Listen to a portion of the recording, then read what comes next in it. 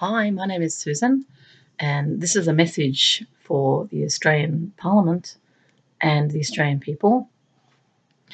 I am without a home. Some may label this homeless, and I may not necessarily look like a homeless person, but there are many, many people, well over 120,000 in Australia, who are now without homes. This is actually a national crisis, and yet when I listened to the federal budget, there was no mention of this crisis. Now, I'm also coming from a background where I studied economics. I've worked as a market analyst for over 10 years. I have been a peace educator where I have developed programs to teach peace education. This is values-based peace and conflict resolution in schools. I also developed training programs for workplace bullying. So in essence, my background has come, or if you like, being developed from a desire to resolve conflict and to better the world. I've also travelled the world as a peace clown. I went to Russia with Patch Adams, the famous clown doctor. Robin Williams played him in the film. And what Patch Adams was trying to do over in Russia was to create a peace initiative by bringing 40 clowns from all over the world into orphanages and nursing homes in order to rehumanize the most vulnerable and to give them the experience of being loved unconditionally. Now, the love narrative is never, ever going to be spoken about in Parliament until we bring in representatives that acknowledge the very important aspect of the human condition, which is to love one another and to also love the environment and the planet, because it's all one. We tend to be trained intellectually to reduce everything down into its component parts, yet nature itself is a holistic system which rebalances on the basis of signals. Economics is a human-made system which is supposed to rebalance on the basis of price signals. But what's actually happened is the distortion in respect of our impact on the planet is coming from greed, essentially, which is coming from deeper needs or an emptiness within people in order to have more. We've all been taught that unless you have this, that, and the other, unless you have a big house, you have a successful career, you have the nice family, as we can see all the politicians make sure they're family people, that you have somehow made it, you are somehow successful. These are all false teachings. Every human being on the planet is a unique individual. You do not have to be valued outside of yourself in order to know your self-worth. We tend to look for that validation because we didn't receive it as children. Now, some might say, oh, that's straying off the path of an economic narrative. No, it's not, because the needs and the wants that drive the economic system are coming from a base of emptiness, of not enough. In fact, it's coming from a base of poverty, is where it's really coming from. The great fear of not having enough or being marginalised in some way or not part of that narrative that I'm somehow a successful and decent human being. Well, every human being is. And that's an inalienable value, really, a person expresses from the moment they're born. But we construct attitudes and narratives around earning that status. So these inequities or inequalities that have been created through wealth, through income, do not marry up with the natural order of things, which accepts every component part. And every aspect of nature fulfills a function for the betterment of the whole. If we translated that into the human condition, it would be about people contributing to their world, and it doesn't have to be monetarily. It means really contributing to your world on the basis of investing yourself in coming together to resolve the problems we're facing.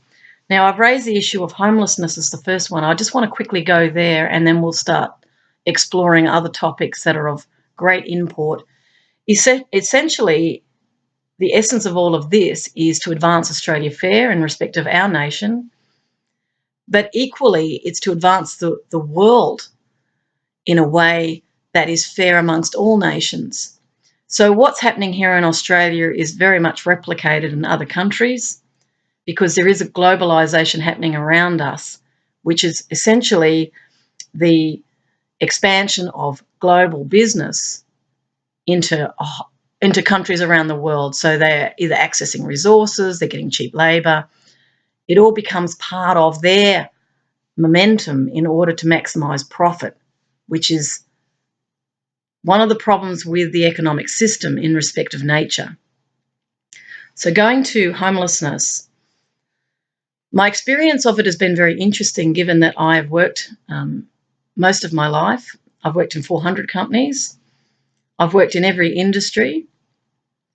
So my homeless situation arose out of a situation where I was on welfare, which I have no shame in, by the way. I consider that the sign of a civilised society is to provide a safety net for people who aren't able to either access work for one reason or another, or global conditions shift, various industries get favoured, people have to be reskilled.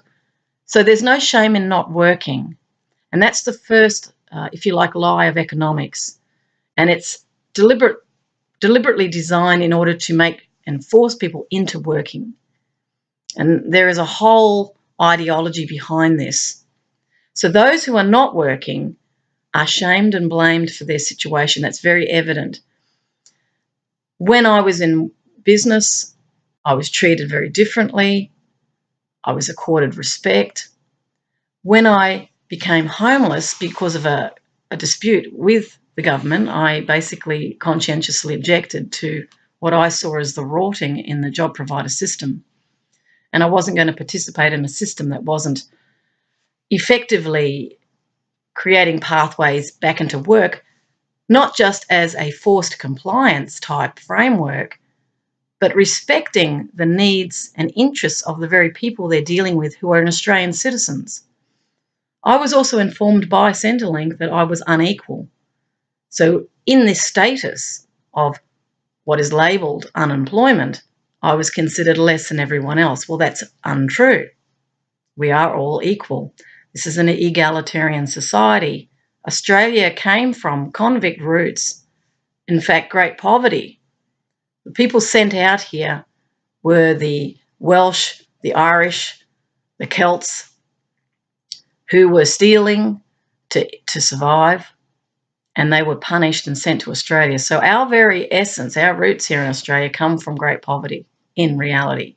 That's why egalitarianism is a very strong norm. A lot of the young people don't understand that. We've come from hardship. So when I went through my experience of firstly being treated in a way that I was a second-class citizen because I simply don't have money or a job, which is not what defines me, I was also in a situation where I wasn't able to negotiate a job plan in order to facilitate that ability to gain access to work. I also want to state there were people who don't want to work, and that's fine in a society. Some are artists. Some people have all sorts of challenges. Social welfare was about social security. It wasn't meant to be a job-imposed system. When it used to be CES, the Commonwealth Employment Service, they simply had cards up on boards and people could go and look.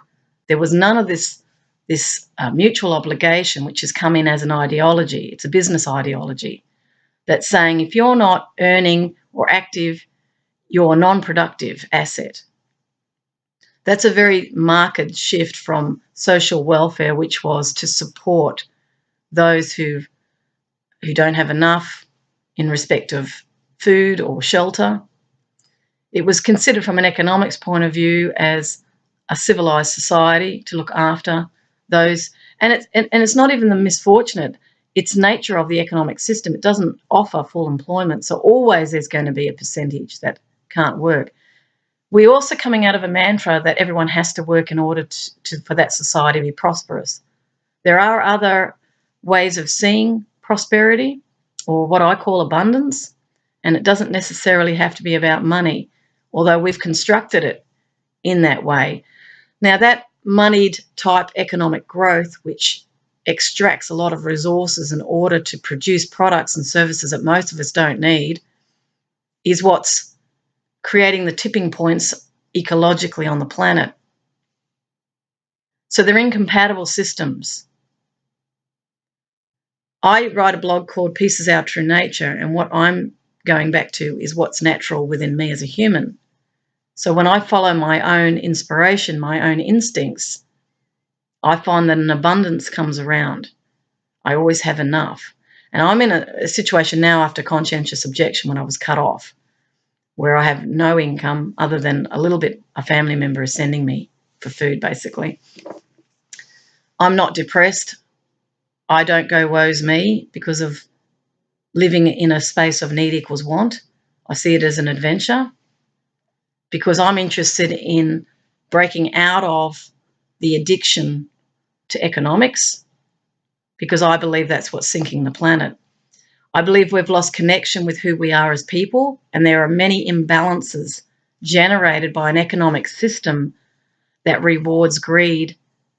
It doesn't necessarily reward merit.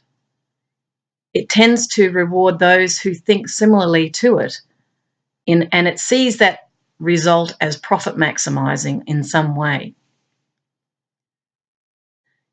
The profit maximizing is coming at the expense of future generations.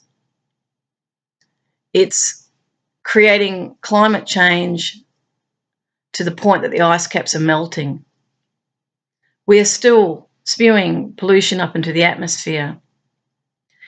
There are many initiatives that are being jumped on at the moment, like Smart Cities Initiative.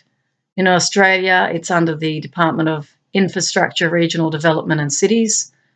There's a massive movement happening around investing in the information technology area, not as passive IT, but more as what they call intelligent or smart technologies that are being implemented without the consent of the public. Yes, there is some small amounts of consultation, but the wide marketing effort to communicate with the public has not happened. Now, these technologies are sensors, artificial intelligence, smart meters with SIM cards in them that communicate every bit of activity in a household. There's issues of the computers being able to record what people are saying even when they're offline. There's issues of the iPhones, listening in on conversations. So there's surveillance issues around this technology. And some believe it is about that. It's being marketed as livable cities, sustainability, and it is not sustainable. This is still a technology and a hardware that has to be produced en masse. If it's being picked up around the world, as we are now all moving towards an online environment, well, there is silicon, there is aluminium, there are screens that are being produced, there are motherboards. This is still a hard technology that isn't sustainable. It doesn't break down. If you throw your computer out onto into a dump, a rubbish dump, it's not going to break down. It's not sustainable. The argument is that because of the sensing, it can turn lights off, save power. It's still on an electrical grid. And the bottom line is we still have power problems in respect of oligarchies, in respect of oil. We also have wars coming out of that, where this incessant demand for producing oil has set up trade wars. This tension between the United States and Russia and China is all about trade. This is not about us all coming together and ecologically solving the problems that ensuring every human being lives in dignity. There is enough to feed everyone on the planet, Yet there are 2/3 who are in poverty, and there are quite a large percentage of those in extreme poverty. So the challenge that we face in respect of balancing these competing demands is a problem that needs to be solved together. But denial comes in because we've been on the same mantra for hundreds of years about economics. The new ideas are not coming through. We're still seeking to maximise money. We still believe that status is self-worth when it's not. Self-worth comes from within you, and it really comes down to you making peace with yourself. The incessant grasping for resources, the incessant need to be acknowledged is coming from low self-esteem. It's coming from broken families, in actual fact. The breakup of parents is a massive psychological wound for children. Their parents fight. They're not communicating appropriately. We don't know how to communicate in our society. We tend to say, if you believe me, you're my friend. We don't mix it up with people who are different from ourselves. Instead, we want everyone to be like us so we feel comfortable. From a conflict resolution point of view, it's about recognising the discord within ourselves that's creating the conflicts. It's also the denial of not being able to accept different viewpoints that challenge our dogmas or our ideologies or our sacred cows. Now, democracy is what we say we're living in here in Australia, and yet most people live in hierarchy in respect of work. But true democracy is inclusivity. It is representation of the people by the people. Yet those in parliamentary positions are not necessarily understanding the mainstream at all. There's a massive disconnect. Their business dealings and seeing themselves as a business on behalf of the Australian public, saying that we have to have economic growth in order to keep things stable. It's not necessarily the case. We are living as societies. We are living as communities. One aspect of it is the market-based economy. This is the household sector. We've got the environment around us. There are caring disciplines that are not rewarded in respect of the true value of actually caring about other people. This has been minimised, and that's partly to do with the misunderstanding between males and females and valuing the widgets rather than the content, which is how we feel as people. Are we happy? The whole point of economics was to produce happiness, and it isn't producing happiness. 1 in 4 have mental health issues. When you've got 120,000 homeless, clearly there's a housing issue. When you've got speculative investors coming into the country who are all demanding property, those prices go up, and that then marginalises the cheaper properties, so people end up not being able to get a home. The housing stock was pretty much sold off. We've still got a large amount of stock in respect of military housing that they're looking at investing. That could be allocated to the homeless. It's a question of allocating it. But what we've got as another problem is various ideologies coming in that have actually been here for a while, but it's being felt probably more acutely now. This idea that we privatise public assets without the public understanding what that means. There are voices that say it's inefficient if it's government run. I've worked in the government, I've worked in the private sector. Yes, there's certainly more pressure in the private sector, but I saw people burning out in the private sector. People were very stressed. There was also bullying going on because of that stress. You stress people enough, they'll bully. They get disempowered, and the bullying is actually coming from disempowerment in actual fact, where people don't feel they have the power to say anything. And then they feel vulnerable, and then they don't know, they freeze, they don't know how to respond to someone who is bullying them. That's why self-esteem is very important. strong community is very important. So that's what's happening in the business scene, is this incredible incessant push for more and more productivity. In the government area, that's actually happening more now anyway. I've had certainly conversations with people who are working in the public sector, and it's also having major issues of bullying and a lot of pressure as it adopts this business model of more and more and more. It's not balanced. So it's a misnomer to say the government is inefficient. You can bring in good management from anywhere, really. It's talented people that is needed, and that those leaders are not in positions of I'm better than you, do as you're told. It's not about commanding respect. It's about earning it. A good leader serves the people they're with. A good leader has come up through the ranks too, so they understand and feel empathy for those beneath them, so to speak. And I'm only talking about rank. I'm not talking about equality here, because we're all equal. We're all sitting at the same table. So that inefficiency was really that the government did things at a more slower pace, which I think is far more practical for health of people. Don't think it really matters that much.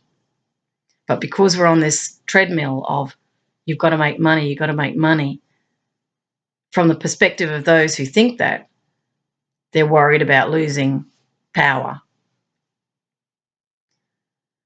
And so we keep in mind, as I'm expressing this narrative, the environment is being denuded day by day as we stay on the treadmill without questioning the treadmill.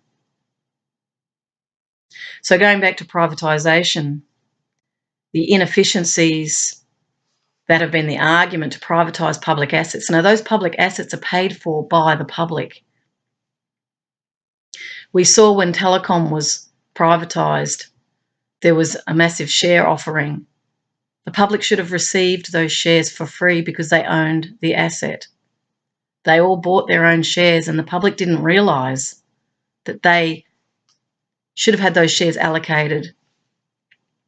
The public are not being informed appropriately in respect of the privatisation of their assets, that representatives in Parliament represent their interests, not competing interests.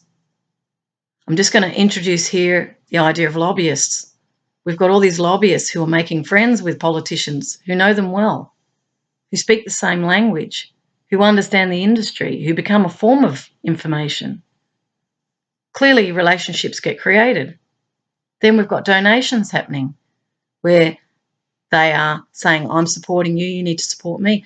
This is how democracy gets distorted. This is how representation gets swayed towards specific interests. Now, the role of the representative is to be in a space of balance. You have to have the skills to be able to firstly become aware of community interests, not only through surveys or polling, and I guess these days I'm very concerned about the data gathering, but let's just say you have to know what the people want. A lot of politicians are not trained in market research. They're not necessarily coming from ordinary areas of work where they've mixed it up with ordinary people. We're often seeing people of status in positions of power who are, if you like, relating to others of similar status. That becomes the distortion. There needs to be a way that the public can be heard in order to rebalance the scales here. Those assets are being increasingly sold off to benefit the few. The universities are no longer public. There is a transition to privatisation happening in Australian universities, which were the hub of intellectual knowledge. There were excellent academics.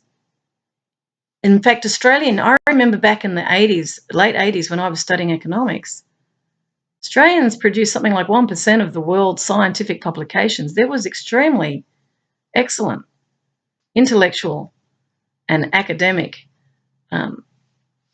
prowess, if you like, globally.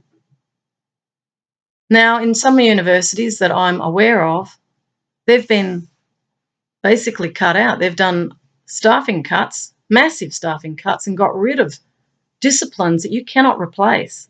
That knowledge is housed within those people. There'll be anthropologists, philosophers, humanities, arts. This area is being hived off as if it's irrelevant to the technological revolution that's coming in. This is all the smart cities. This is a massive change to our society that is not being discussed publicly in forums for us to have a say. Instead, it's being promoted in such a way that you've got no choice because the IT companies in Silicon Valley have made a decision because they're earning lots of money. And again, that's in a distortion in respect of economics, as people are making extraordinary amounts of profits at one end, and then we've got people at the other end who are barely surviving. And this is in first world countries. We're seeing massive disparities in wealth. Now, with that comes influence, because people have an unconscious bias towards those who seem to be successful, and we all admire, we've been taught to admire this, but we're on a planet that's collapsing day by day ecologically because we're out of step with it. We haven't woken up to our impact on the planet through these very unbalanced distortions in our systems of activity that are supposed to bring us well-being and abundance. The next generation's not going to have that abundance. We're actually stealing, as Jane Goodall, she was interviewed today, she was talking about the greed and the imbalance and the fact that we're stealing from the next generation. Sustainability is to make sure that what resources we use do not take from future generations. We are extracting from future generations their lives. They're not going to be able to survive in what's left over from this massive juggernaut of consumption. The denial that says, oh, climate change is not happening, it is. It's May here in Australia. It should be freezing outside, it's not. There's actually been warm days. I know instinctively that we are breaching tipping points because we are stubbornly and frighteningly adhering to ideologies that do not work for our planet. We have divided each other on the basis of class. We have suppressed very good technological ideas that could have cleaned up the planet because of this problem of greed and maintaining one's wealth. Yet what I would like to offer here is the real wealth is in sharing. This is the feminine. Mothers do it with their children all the time, and fathers, parenting, good parenting. When we love people, we share with them. When we don't love, we take from them. We disconnect from them. We plug into technology and we pretend it all away. It's denial. Sharing is giving of your time, is starting to allocate time to work on problems that are occurring in our society and on the planet. That's true contribution. It's not about throwing money at it. Working is not contributing. Working is, for most people, surviving in order to pay bills. That's not a life. People are exhausted because of this narrative of productivity which is not serving us.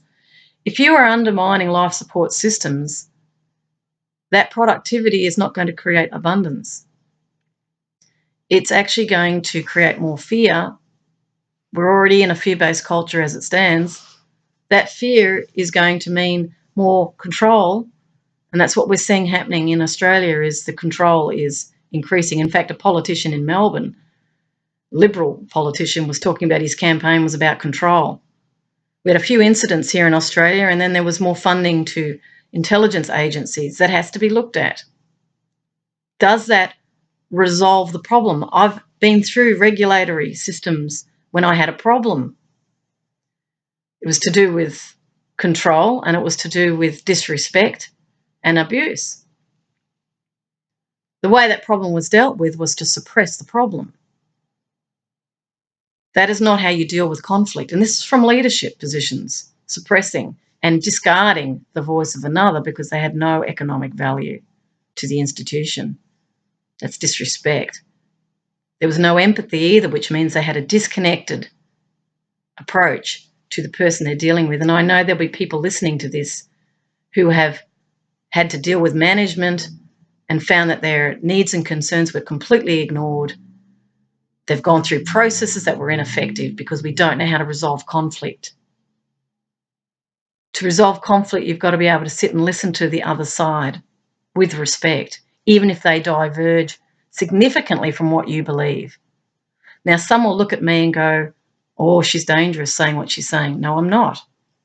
This is a wake-up call. If you're able to put to the side your judgment and simply listen for truth in what you're hearing, it feels uncomfortable when you're out of alignment with that truth. But rather than deal with the discord within ourselves, we project it to the other and we create enemies.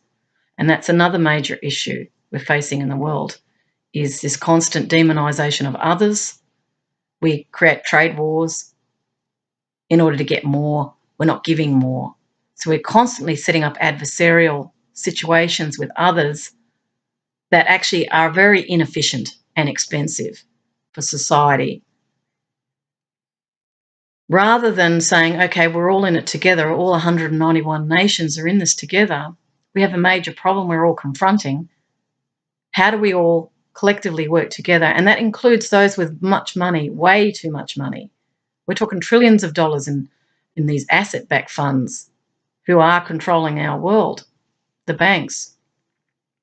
Those individuals who are on top of that have also a responsibility to heed what is being stated from the global public, who are your equals in actual fact, whether you agree with it or not. True power comes from connecting within yourself. I would put it in terms of learning to love yourself. When you love yourself, you don't need others to fulfill that. You don't need admiration. You don't need anything to give you self-esteem. There's also a higher consciousness. Many religions call it God, call it whatever you will, call it ecology, call it life. When you turn inward, you will connect with nature itself. There is a great fulfillment in that connection. The problem we face is that we keep looking outside ourselves to fulfill that emptiness that we all feel inside, to feel we've accomplished something. And this is the juggernaut that keeps consuming way too much. Each of us are responsible for the world that we're creating. Many of us are walking around unconscious. We just do as we're told because we're frightened to reach for the truth within ourselves and actually say something. But for the next generation, we have to speak up. The children who are on the planet now need adults to speak up and start to create discussions around the problems that we face. And yes, it's going to be tricky. It's going to be hard because you're going to confront those who completely disagree with you. That's democracy. The reason the agoras were created in the Greek cities, which is where democracy came from, at that time it was senators clashing it up. They stood in public spaces and they said what they thought from different perspectives. They did it because it meant not going to war. When people dialogue with respect And that is, yes, I hear what you're saying. I don't necessarily see it that way, but thank you for putting it to me what you believe. That's respect. Okay, you believe in privatising everything. You believe in small government. You believe that we don't need social security. We should get rid of it because the Americans are telling us this, and we admire and respect their perspective. We believe in capitalism. Okay, put it on the table. Someone from another perspective, which you have labelled, we call it left and right. It's not left and right. It's different perspectives. You see it as a confrontation to power, to your power. It's not. If you have power, no one can take it from you inside yourself. It's powerlessness that believes someone can take power. In fact, it's the powerlessness or the disempowerment or the disrespect, all the various negatives around that create that condition of powerlessness where we feel we need more. This is the core essence of the conflict. So let's drop the labels of left and right and just say, okay, so you're saying that we need more investment in education. And your perspective is it shouldn't be private education. And others saying it should be private education because we need, for this reason, X, Y, Z. Another will say, well, we need actually more money in the hospitals. Another will say, well, actually the technology, the pharmaceutical companies are influencing the hospitals in respect of getting them to take up more expensive technologies, more expensive medications. And then you'll have a person who's an ecologist will say, well, why don't you just use plants? That's what they did in Indigenous society. And then there's a threat coming from the pharmaceutical who says, oh, my God, if that takes on, I'm going to lose my business. Is that true? Byron Katie comes up. I advise everybody to have a look at thework.com. Byron Katie, she's got a system of inquiry that we could utilise in these forums to help us get more clear about what we're doing and why, and coming to some point of truth rather than some point of advantage. When we have an intention to win, this is a competitive structure, we then see an enemy immediately. It's a flawed idea. Cooperation is far more balancing and more democratic. We've got to learn how to cooperate. We've got to learn how to compromise. We've got to learn how to share in these competing forums of interests rather than demonising, undermining, changing legislation so that particular group doesn't get an advantage. This is not democracy. This is power. Conflict resolution says you have to find your power, but not at the expense of another. You solve the problem, you don't hate the person. You don't demonise people. You don't suppress comment. You invite it. Because the more you suppress it, the more likely an outburst will happen because humans must express. It's their nature.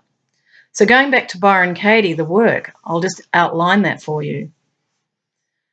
Let me say, okay, let's look at a problem.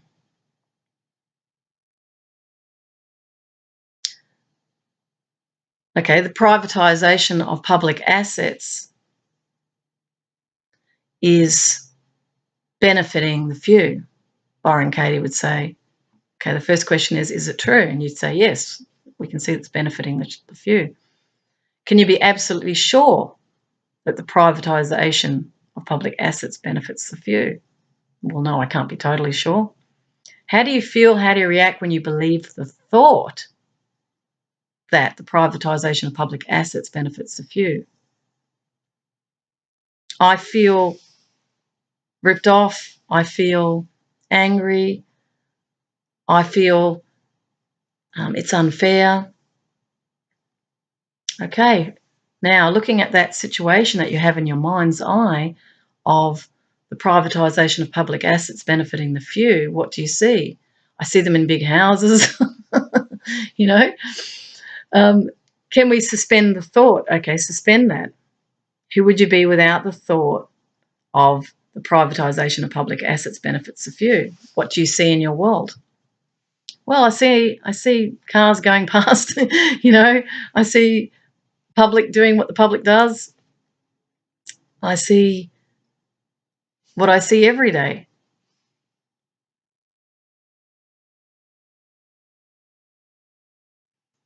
I'm just sitting with that. When I go silent, it means I'm just going in for truth.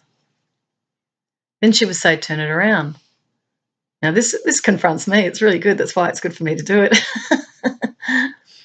The privatisation of public assets benefits the few turns around to the privatisation of public assets does not benefit the few. The privatisation of public assets does not benefit the few. So how can that be true? Because they've still got to provide those services. See, that came up. They still have to, because whoever takes over the asset still has they still have to provide it to the public, and they too will be submitted to market conditions. If the price is too high, people won't buy it. Although if it was subsidised by the government, it might be subsidised at a lower rate, but then is that true? So the whole point in this, and you can see when you start to think things through, okay, it takes the heat out of it somewhat because we're looking at it for truth. We're not looking at it to win the argument. Now, I'm going against a passionate statement because I really have concerns around privatisation of public assets. So it forces me back on myself to actually take a middle ground. That's the power of inquiry. I highly recommend people investigate the areas they feel hotly passionate about. Even in respect of activists, rather than personalising their anger at particular individuals, you also have to look at, are you persecuting someone when you're saying stop persecuting? Because when you fight something, you actually go into the same energy of unconsciousness of that other. So this is a message for those who want to change things. You have to solve the problem, not hate the person. Offer a space where you can all sit down and talk about the problem, and for that other to also invite that dialogue, not as a manipulated event, but to truly sit and listen, because your job is to balance competing interests. You need to know conflict resolution in positions of power. In order to be fair, to advance Australia, fair is how you do it. And it can be hard sometimes because you've got allegiances and alliances with people that you've known for years. Sometimes you have to do tough love with those others and say, look, I've read your case, I understand, but we've got this other matter that's a competing interest here. And we think when we look at our evaluation of what's in the public interest, because that's the guide on which we make our decisions, and that public interest means balancing the public and ecological good, we have to come to this decision. That's true governance. That's true fairness. So I'm going to leave you with that. This is my vote because I can't vote. I'm not in an electorate, so I'm probably one of the few that doesn't live in a democracy. I can't access public services because they've been privatised in actual fact. This is homelessness services I can't access because I'm not on Centrelink. I would be the poorest of the poor in our society speaking here. I can't access any income other than the kindness of a family member who supports me in serving humanity, which is my job. This video is a public service to humanity, to my country, who I've worked tirelessly for my life. Pretty much since I dreamed I was teaching peace, I've felt the vocation to serve my society. And I invite people to join me. I want to establish in the public interest as a group. I want to bring Australians together to start to talk about the challenges that we're dealing with. I also want to be given the opportunity to teach conflict resolution and anti-bullying in the community as well as in the schools again, so that I can also pass this wisdom that I know on to others. It's not all about us. It's about sharing with one another and speaking the truth, coming from that space of truth. It's not about disparaging the poor and saying, you made your bed, you lie in it. No, we're a family. You wouldn't do that. Well, some of you do it to your own family members. That's why they end up homeless, because you believe they've failed. These are unquestioned judgments that are not solving the problem and helping that person to better themselves by empowering them. I also agree, I'm not for handouts, but certainly if a person needs to survive, you've got to give them enough to live on. That's the humane thing to do. You don't cut Centrelink. You don't cater to the top end of town and put narratives out into the community so that these people can hear that you're not compassionate towards the poor. You're not a left wing this or that. You have to have a leadership acumen where you state the truth and you make sure you do it with strength. Not force, but strength. That means really having a deep sense of values.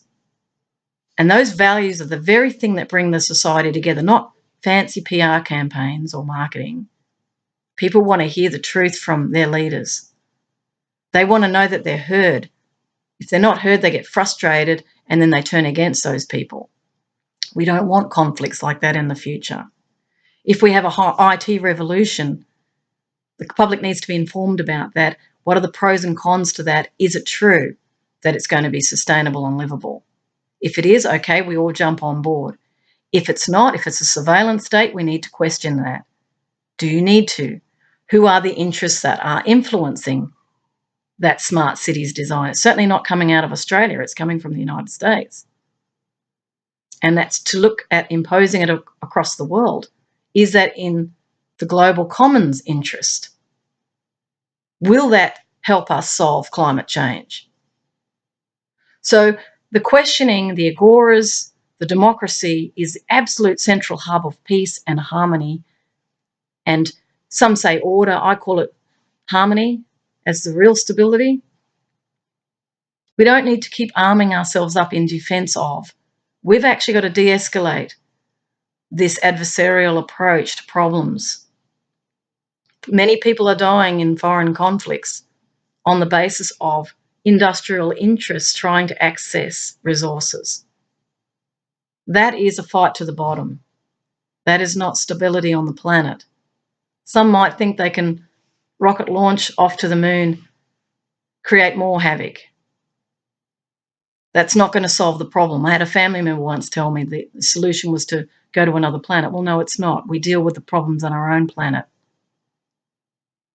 So I've done a very lengthy discussion here, but I really think it's in the public interest because of my own expertise and where I sit in respect of this society and not having a voice or a vote.